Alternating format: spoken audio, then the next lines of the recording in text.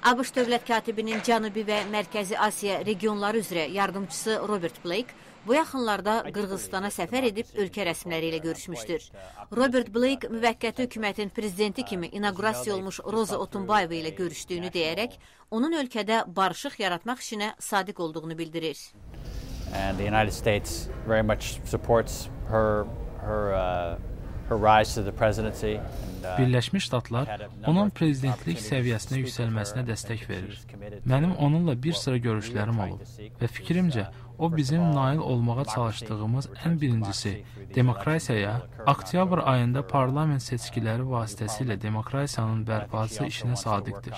Mən düşünürəm ki, o barışıq yaratmaq, ölkəni bərpa etmək və yerlərindən didərgin düşmüş insanlara yardım göstərmək istəyir.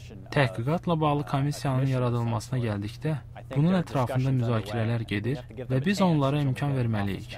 Birləşmiş Ştatların komissiyanın yaradılması məsələsində mövqeyini şərh edən Robert Blake deyir ki, Qırğızistan hökumətinin işi necə həll etmək istədiyini öyrənmək lazımdır. Ölkənin özündə tapılmış həll yolu həmişə daha yaxşıdır.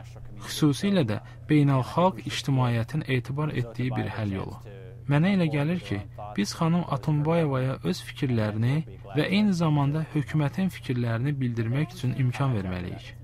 Birləşmiş Ştatlar Qırğızstanda vəziyyətin normallaşması üçün beynəlxalq ictimaiyyətlə, xüsusilə də Rusiya ilə əməkdaşlıq etməyə hazır olduğunu bildirmişdi.